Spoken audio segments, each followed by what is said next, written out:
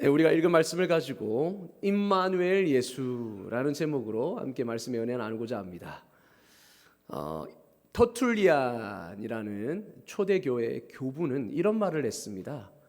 불합리하기에 나는 믿는다. 불합리하기 때문에 나는 믿는다.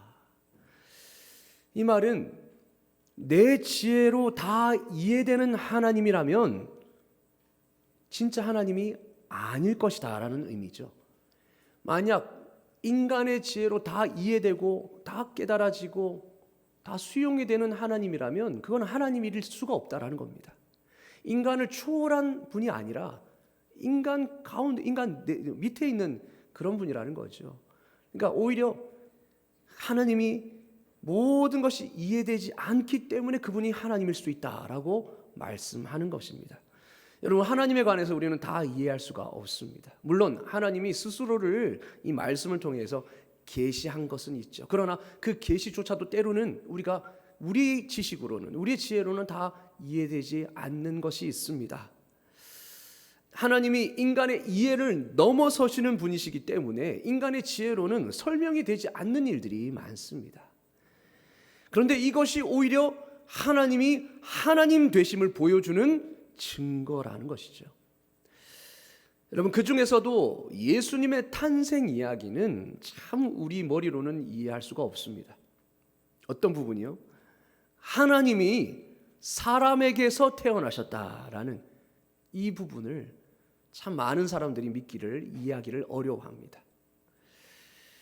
그렇지 않습니까? 그러나 여기에 하나님의 놀라운 섭리와 하나님의 놀라운 지혜가 담겨 있다. 그러니까 예수님의 성육신하심에 하나님의 놀라운 지혜가 담겨 있다라는 사실을 오늘 말씀을 통해서 우리가 깨닫기를 원합니다. 여러분, 오늘 본문은 예수님의 탄생 이야기입니다. 이 이야기에서 그리스도에 관한 두 가지 호칭이 등장하는데요. 그것은 바로 임마누엘과 예수라는 호칭입니다. 오늘 말씀 우리가 이 두 가지 키워드를 중심으로 살펴보고자 합니다. 그래서 성탄의 참된 의미가 무엇인지를 오늘 이 말씀을 통하여 한번 살펴보고자 합니다. 첫 번째 우리가 살펴볼 이름은 바로 임마누엘이라는 이름입니다. 여러분, 오늘 본문은 예수님의 탄생에 관한 이야기죠. 마태는 예수님의 탄생을 통해 선지자 이사야 7장 14절의 예언이 성취되었다, 이루어졌다라고 선언하고 있습니다. 23절 다 같이 한번 읽어보겠습니다. 23절입니다. 시작. 보라, 처녀가 잉태하여 아들을 낳을 것이요 그의 이름은 임마누엘이라 하리라 하셨으니 이를 번역한즉 하나님이 우리와 함께 계시다 함이라. 아멘. 자, 이사야 선지자는 2000여 년 전에 이미 메시아 예수 그리스도를 예언하였습니다. 그런데 이 예수가 어떻게 이 땅에 오실 거라 예언했냐면 처녀를 통하여, 처녀가 잉태하여 아들을 낳을 것인데 그 이름을 임마누엘이라 하라. 근데 그 임마누엘의 뜻이 하나님이 우리와 함께 계시다라는 뜻이다라고 말씀하고 있어요. 여러분, 하나님이 우리와 함께 계시는데 그것을 보여주시는 방식이 뭐냐? 하나님이신 예수님이 처녀의 몸에서 인간의 몸으로 이 땅에 오시는 것이었습니다. 이게 바로 하나님이 우리와 함께 하시는 방법이었습니다. 이게 놀라운 신비이죠. 보통 하나님이 사람을 만드셨다라는 것은 어느 정도 우리가 수용이 됩니다. 그런데 사람에게서 하나님이 태어나셨다라는 것은 참으로 이해하기가 어렵습니다. 그래서 하나님이 한 여인을 통해 태어났다라는 것을 믿으라라는 것은 때로는 불합리해 보이기도 합니다. 그런데 하나님은요, 이 불합리해 보이는 방법을 통해 세상 사람들을 구원하기를 기뻐하셨다는 것입니다. 불합리한 방법을 통해서, 이해할 수 없는 방법을 통해서 하나님은 이 세상을 구원하시려 했다라는 것을 우리는 볼 수 있어요. 하나님은 그 방법을 통해 우리 곁에 오셨습니다. 사랑하는 성도 여러분, 예수님의 동정녀 탄생을 확실히 믿으십니까? 예, 동정녀라는 것은 바로 처녀죠. 처녀 탄생, 처녀의 몸에서 성령으로 잉태되셨다라는 그 사실을 여러분 믿으시기를 주님의 이름으로 축원합니다. 아멘. 우리가 오늘도 고백했지 않습니까? 신앙 고백에서 사도신경에서. 그렇죠? 성령으로 잉태하사 동정녀 마리아에게서 나시고, 우리가 이렇게 고백했습니다. 내 개인의 신앙으로 우리가 신실하게 고백했습니다. 처녀의 몸을 통해 임마누엘 하나님이 오신 것이 쉽게 이해되지는 않을 겁니다. 하지만 하나님은 그 방법 말고는 사람들과 함께 거하는 방법이 없다는 것을 아시고 그 방법으로 우리와 함께 하셨습니다. 하나님이신 예수님이 사람이 되셔서 사람들의 고통과 시험을 아시고 사람들을 위해, 우리 죄를 위해 죽는 것 말고는, 이 방법 말고는 사람들에게 영원한 생명을 주는 방법이 없음을 아셨기 때문에 이런 방법을 사용하신 것입니다. 여러분, 왜 예수님이 사람의 몸을 입고 이 땅에 오셔야만 했을까요? 그것은 우리의 구원자는 사람이 아니면 안 되기 때문입니다. 그것을 제가 말씀을 통해서 한번 설명해 드릴게요. 히브리서 9장 22절은 이렇게 말합니다. 율법을 따라 거의 모든 물건이 피로써 정결하게 되나니 피 흘림이 없은즉 사함이 없느니라. 피 흘림이 없은즉 뭐라고요?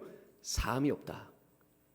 여러분, 인간의 죄를 대속하기 위해서는, 인간의 죄가 사함을 받기 위해서는 반드시 피 흘림이 필요합니다. 이 피 흘림이라는 게 뭡니까? 결국 생명이잖아요. 죽음이잖아요. 성경은 로마서 6장 23절 말합니다. 죄의 삭은 사망이요, 죄의 값은 죽음이라는 거예요. 죽음으로만 죄의 값이 치러질 수 있다는 겁니다. 그래서 인간의 죄를 대속하기 위해서는 반드시 대신 죽을 제물이 필요합니다. 근데 이 제물이 짐승이면 불완전한 제사가 됩니다. 왜 그렇습니까? 우리는 사람이고 사람 대신에 짐승이 죽는 것은 불합리하죠. 왜냐? 짐승은 사람보다 하등한 존재입니다. 등가 법칙이 그게 되지 않아요. 적용되지 않아요. 사람의 가치는 사람만이 그 가치를 대체할 수 있습니다. 그런데 짐승의 피로는 그 사람의 죄를 온전히 사할 수 없는 거죠. 그러니까 불완전한 제사입니다. 구약의 모든 제사는 불완전한 제사였어요. 여러분, 우리 죄를 대신하려면 같은 인간이어야 합니다. 그 제물이 같은 인간이어야 해요. 그래야 등가 법칙이 적용이 됩니다. 성립이 됩니다. 그런데 그것도 죄 없는 인간이어야 완전한 제사가 됩니다. 죄 없는 인간이어야. 여러분, 우리 죄를 대신하려면 죄가 없어야 돼요. 그래서 구약의 제물의 특징이 무엇입니까? 흠 없는 제물이잖아요. 흠이 없는 제물이어야 합니다. 예를 들면은 다리를 절거나 뭔가 한쪽이 없거나 그거는 온전한 제물이 될 수 없어요. 흠 없는 양, 흠 없는 소, 이것만이 제물이 될 수가 있습니다. 그러니까 죄가 없어야 된다는 거예요. 왜냐하면 죄인은 죄인을 구원할 수가 없기 때문입니다. 죄인이 죄인을 구원할 수가 없기 때문이에요. 예를 들어서 어느 사형수가 같은 감방에 있는 사형수를 너무나 사랑한 나머지 간수에게 이렇게 부탁합니다. 제가 이 사람 대신 사형당하겠습니다. 제가 사형당하고 이 사람을 풀어주십시오. 이렇게 요청한다고 생각해 보십시오. 간수가 얼마나 황당하겠습니까? 지금 요청하고 있는 사람도 결국 어떻게 될 사람이에요? 죽을 사람이에요. 사형당할 사람이에요. 근데 사형수가 사형수를 대신할 수 있습니까? 말도 안 되는 거죠. 이건 마치 수명이 다 된 배터리를 똑같은 그 수명이 다 된 배터리로 교체하겠다라는 것과 똑같은 말인 겁니다. 심장이 수명이 다 되어서 이제 기능을 상실해서 심장을 이식을 받아야 살 수 있어요. 건강한 심장을 이식받아야 살 수 있어요. 그런데 똑같이 이 수명이 다한 심장으로 이식 수술하겠다는 것하고 똑같은 겁니다. 효력이 없는 거죠. 그런데 여기서 또 문제가 있습니다. 죄인은 죄인을 구원할 수 없는데 여기서 또 하나의 문제는 뭐냐? 죄 없는 사람은 없다라는 겁니다. 죄 없는 사람은 단 한 사람도 없다라는 거예요. 성경 분명히 말합니다. 모든 사람이 죄를 범하였음에 하나님의 영광에 이르지 못하더니, 모든 사람, 예외가 없다라는 겁니다. 그리고 말씀합니다. 이와 같이 모든 사람이 죄를 지었으므로 사망이 모든 사람에게 이르렀느니라. 죄를 지었기 때문에 사망이 이른 겁니다. 모든 사람이 죄를 지었어요.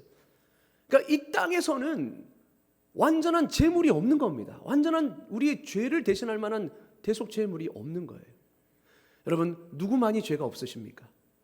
오직 하나님만이. 그렇죠? 하나님이신 예수님만이 죄가 없는 겁니다. 그런데 문제는 하나님은 죽으실 수가 없다라는 거예요. 하나님은 피를 흘릴 수가 없다라는 겁니다. 그렇기에 인간의 모든 죄를 전가받으시기 위해서 본인이 완전한 속죄 제물이 되시기 위해서 어떻게 할 수밖에 없는 겁니까? 하나님이신 예수님이 죄 없는 인간의 모습으로 이 땅에 오셔야만 했던 것이죠. 그런데 만약에 사람의 씨로 태어났다면 그 역시 죄가 있는 사람일 수밖에 없습니다. 그러나 성령으로 잉태하셔서 죄 없는 사람으로 완전한 속죄 제물로 이 땅에 오신 거예요. 그래서 예수님은 인간의 몸을 입고 오셔야만 했던 것입니다. 여러분, 죄 없는 사람은 없고 죄 없으신 하나님은 죽으실 수 없기 때문에 하나님이 사람이 되시는 그 성육신 외에는 완전한 속죄가 이루어질 길이 없는 것입니다. 그래서 고린도후서 5장 21절에 이렇게 말합니다. 하나님이 죄를 알지도 못하신 이를 우리를 대신하여 죄로 삼으신 것은 우리로 하여금 그 안에서 하나님의 의가 되게 하려 하심이라. 히브리서 9장 12절에 이렇게 말합니다. 염소와 송아지의 피로 하지 아니하고, 왜냐? 불완전한 제사이기 때문에 완전한 제사를 드리기 위해서 오직 자기의 피로 영원한 속죄를 이루사 단번에 성소에 들어가셨느니라. 그래서 완전한 속죄 제물의 모든 조건을 만족시킬 수 있는 분은 오직 예수 그리스도밖에 없는 것입니다. 하나님이시며 사람의 몸을 입고 이 땅에 오신 예수 그리스도만이 유일하게 우리의 구원자가 되실 수가 있는 것입니다. 그래서 예수님이 인간의 몸을 입으시고 낮고 천한 모습으로 이 땅에 오신 것이죠. 이 방법밖에 없기 때문에 그렇게 하신 것입니다. 그래서 처녀의 몸에서 나신 것은 바로 하나님이 우리와 함께 계시기 위한 최고의 방법이었던 거죠. 이처럼 임마누엘이라는 이 이름 안에는 하나님의 놀라운 사랑과 계획이 녹아 있습니다. 우리와 얼마나 함께 하고 싶으시면, 얼마나 우리 곁에 있고 싶으시면 그런 방법까지 동원하셨겠습니까? 여러분, 우리는 종종 하나님이 멀리 계신 것처럼 느낄 때가 있습니다. 언제입니까? 기도에도 응답이 없고 문제는 해결되지 않고 마음은 답답해져 갈 때, 과연 정말 하나님이 나와 함께 계시는가? 나와 함께 계신다면 어떻게 이럴 수가 있는가? 라는 이런 의문이 들 때가 있습니다. 그러나 여러분, 임마누엘이라는 것은 느낌이 아니라 사실입니다. 여러분, 내가 그렇게 느껴질 때에만 하나님이 나와 함께 하시는 게 아니라는 겁니다.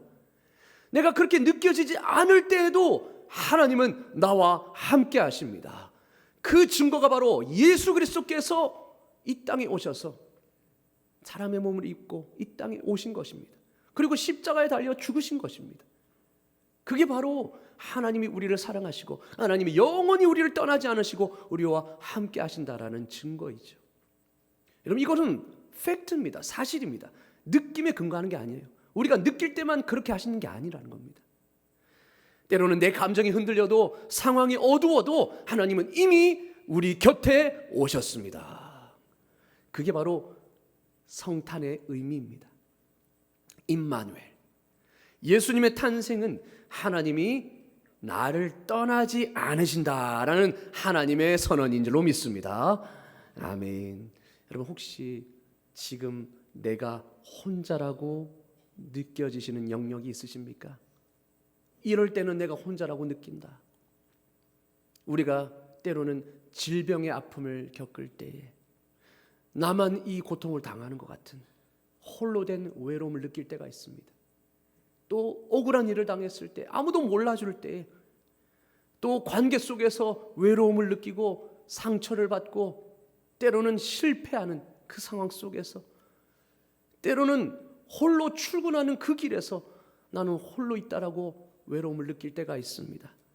그리고 가정의 갈등, 자녀도 나를 알아주지 않고 배우자도 나를 알아주지 않을 때 우리는 홀로 있다라고 느끼고, 또 육아로 지쳐 있을 때, 그리고 사업으로 고민할 때, 인간관계로 어려움 당할 때 우리는 혼자라고 느낄 때가 많습니다. 그러나 여러분, 내가 혼자라고 느끼는 그 자리에 임마누엘 하나님이 함께 하신다는 사실을 믿을 수 있기를 주님의 이름으로 축원합니다. 여러분, 제가 늘 그렇게 기도합니다. 우리 수술을 앞두고 계신 성도님들께 이렇게 기도합니다. 하나님, 수술실에 때로는 들어갈 때 참 외롭습니다. 무섭습니다. 그러나 수술실에 홀로 들어가는 게 아닌 줄로 믿습니다.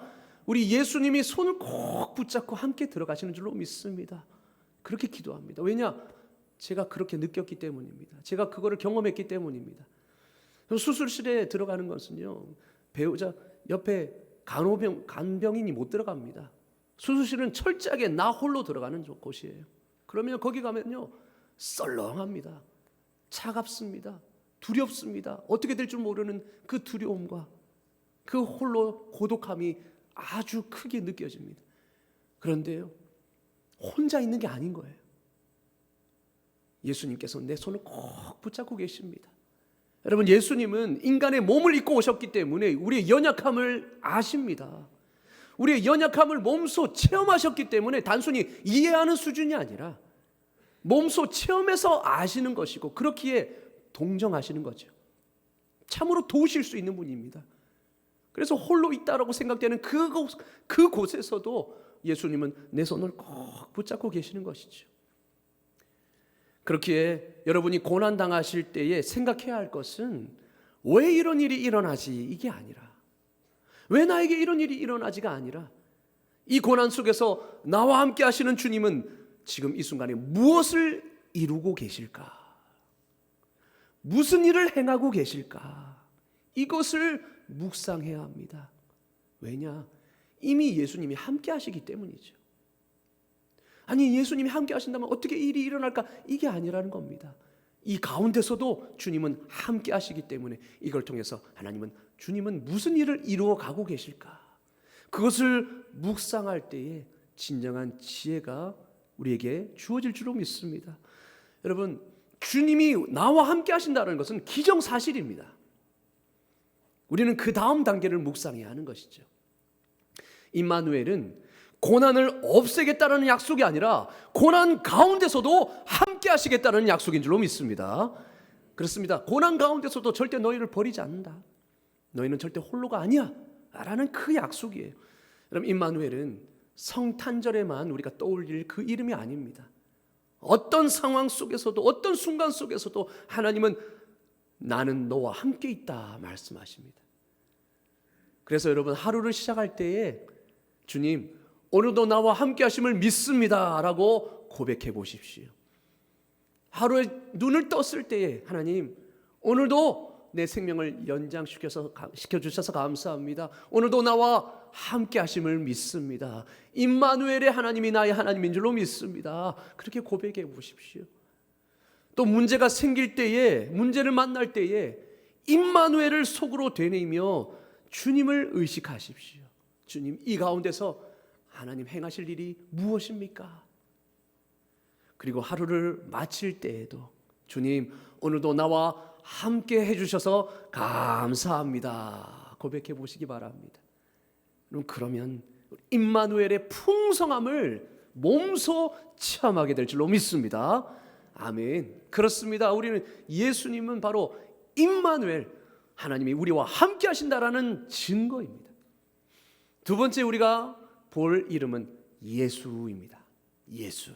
오늘 본문에 소개된 그리스도의 두 번째 이름은 바로 예수라는 이름입니다. 21절 다 같이 한번 읽겠습니다. 21절입니다. 시작. 아들을 낳으리니 이름을 예수라 하라. 이는 그가 자기 백성을 그들의 죄에서 구원할 자이심이라 하니라. 아멘. 예수라는 이름은 이스라엘 사회에서 흔했습니다. 이 이름은 이스라엘 백성의 조상의 때에서부터 내려오던 이름이었습니다. 구약에서 이 이름이 어떻게 등장하시는지 아십니까? 예수와 여호수아. 여호수아가 바로 예수입니다. 그리고 호세아도 예수라는 똑같은 뜻입니다. 그러니까 둘 다 하나님이 구원하신다, 구원하시는 하나님, 이런 뜻이죠. 자기 백성이 속박당하고 멸망당하는 것을 원치 않으셨던 하나님은 이스라엘 백성들에게 약속해 주셨습니다. 내가 너희를 친히 구원하겠다. 내가 너희를 구원하겠다. 그리고 마침내 그 약속을 완전히 이루시기 위해서 가장 확실하고도 영원한 구원을 주시는 구원자 예수님을 보내신 것입니다. 이전의 구원자들은 외부의 세력들이었습니다. 한마디로 외부에서, 그러니까 사사들이라든지 어떤 힘있고 뛰어난 하나님의 성령의 충만함을 받은 그 사람을 통해서 구원을 하셨죠, 하나님께서. 그런데 그 구원은 오래가지 못했습니다. 영원히 지속되지 못했습니다. 구원을 받았다가도 다시 속박을 당하는 악순환이 계속 반복되었죠. 그래서 사람들은 예수님을 어떻게 오해했느냐? 당시 유대 땅을 지배하고 압제했던 로마로부터 구원할 자라고 많은 사람들이 예수님을 이렇게 오해했습니다. 메시아를 이렇게 오해했어요. 그런데 여러분, 예수님이 한낱 로마로부터 그들을 구원하기 위해 오셨습니까? 아니라는 것입니다. 예수님은 로마라는 나라보다 더 인생을 억누르고 있던 죄, 사망의 권세, 그리고 사탄의 나라에서 우리를 구원하시기 위해 오신 분이십니다. 그래서 뭐라고 말씀합니까? 이는 자기 백성을 그들의 죄에서 구원할 자이심이라. 그들의 죄에서, 사실 인간의 모든 이 불행과 모든 이런 불안과 두려움, 이 모든 것은 죄로 말미암아 하나님을 떠난 결과로 우리에게 주어진 것이지 않습니까? 죄라는 것, 이 죄를 통하여서 사탄은 우리에게 역사하고 죄의 노예가 되게 하고 죄책감을 심어줘서 하나님이 원하시는 뜻대로가 아니라 죄가 원하는 뜻대로, 사탄이 원하는 뜻대로 육신의 종노릇을 하도록 만드는 것 아니겠습니까? 이러한 죄의 노예 아래에 있는 우리를 죄에서 구원하시기 위해서 오신 분이 바로 예수 그리스도시다라는 겁니다. 예수님의 구원은 우리를 죄에서 벗어나게 하시는 것이었습니다. 그리고 그 구원은 영원하고도 단번에 완전히 이루어졌습니다. 예수님은 한 번의 죽음으로, 한 번의 십자가 죽음으로, 한 번의 제사로 영원한 속죄를 이루셨습니다. 이것을 바로 영단번의 제사라고 하죠. 영원한 한 번의 제사. 여러분, 이 말이 무슨 뜻이냐면 한 번의 제사로 영원한 효력을 누리게 하는 그런 제사라는 뜻입니다. 히브리서 10장 10절에 이렇게 말하죠. 단번에 들이심으로, 자신을 단번에 들이심으로 말미암아 우리가 거룩함을 입었다. 그리고 12절에 죄를 위하여 한 영원한 제사를 드리고, 한 번에 영원한 제사를 드리고, 한 번에 영원한 제사가 가능하게 되었다는 거죠. 그리고 14절에 그가 거룩하게 된 자들을 한 번의 제사로 영원히 온전하게 하셨느니라. 한 번의 제사로 영원히 온전케 하셨다. 예수님의 십자가 구원 사역은 바로 한 번으로 영원한 온전한 속죄함을 이루신 제사라는 겁니다. 그래서 십자가로서 구원이 완성된 것이죠. 예수님은 구원 사역을 완성하셨습니다. 하다가 만 것이 아닙니다. 끝까지 책임지셔서 이루셨습니다. 여러분, 히브리서 12장 11절에 이렇게 말합니다. 제사장마다 매일 서서 섬기며 자주 같은 제사를 드리되 이 제사는 언제나 죄를 없게 하지 못하거니와. 구약의 제사는 불완전한 제사였습니다. 그래서 제사장은 어떻게 한다고요? 매일 서서 섬겨죠. 매일 서서 드린다는 거예요. 매일 드려야 된다는 겁니다. 서 있다라는 것은 아직 해야 할 일이 남아 있다라는 의미입니다. 그러니까 불완전하다는 거죠. 미완성이라는 겁니다. 그러니까 구약 시대의 제사는 불완전한 제사였습니다. 해마다 드렸고요. 그리고 짐승의 제물이었기 때문에 죄를 완전히 없이 하지 못했습니다. 하지만 예수 그리스도는 어떤 제사를 드렸습니까? 12절에 보니까 오직 그리스도는 죄를 위하여 한 영원한 제사를 드리시고 하나님 우편에 앉으사.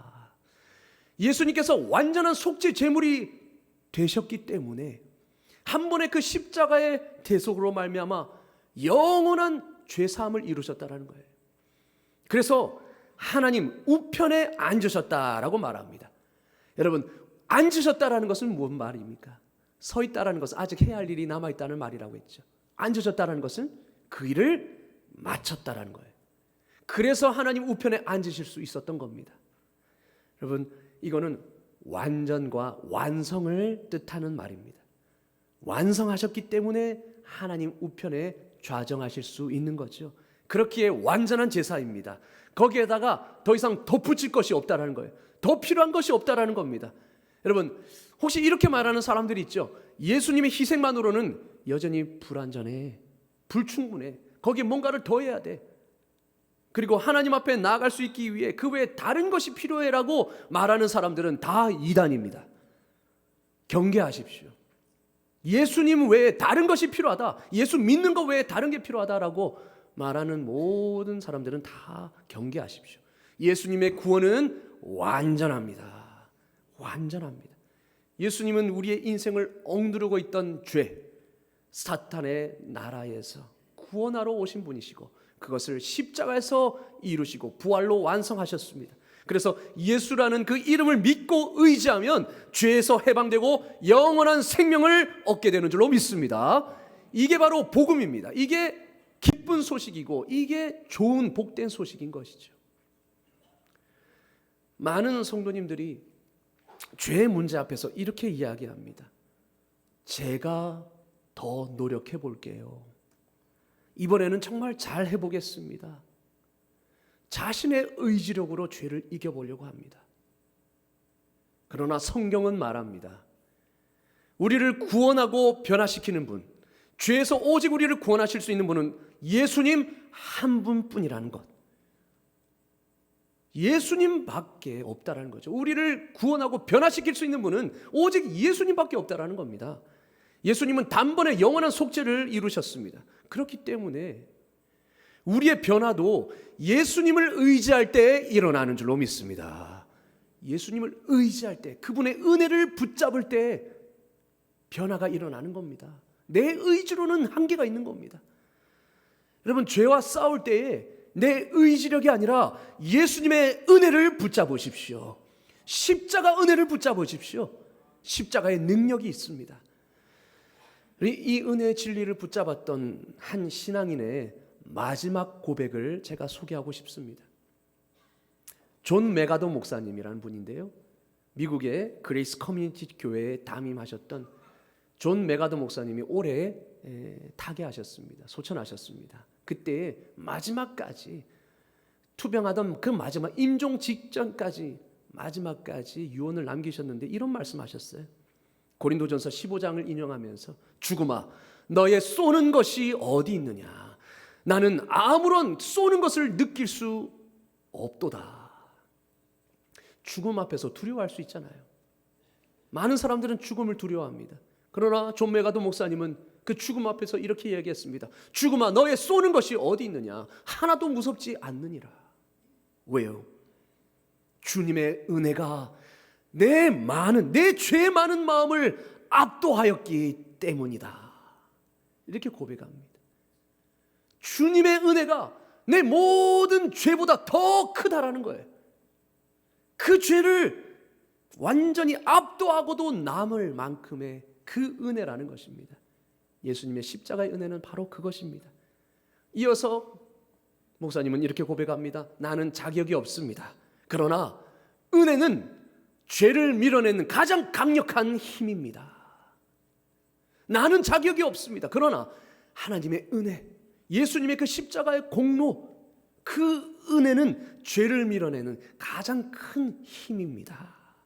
모든 것이 은혜입니다 라고 마지막에 아들에게 유언을 했다고 해요.